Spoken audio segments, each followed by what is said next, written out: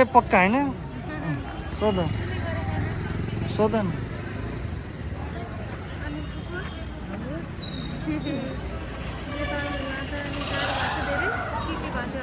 मलाई बिरामी थियो धेरै गाह्रो थियो अनि यहाँ आउँदै अझै सन्चो छ सन्चो छ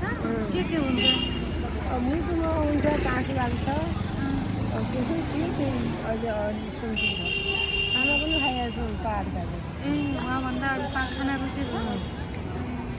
के खानुहुन्छ त खाना के मनपर्छ के खाइराख्नु पर्छ चिप्लो खानु हुँदैन बढी खोकी लाग्छ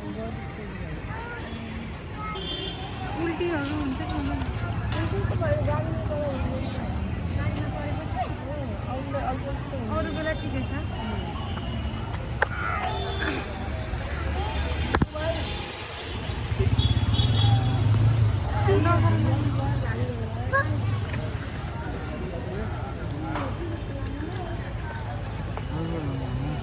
ल त पुपु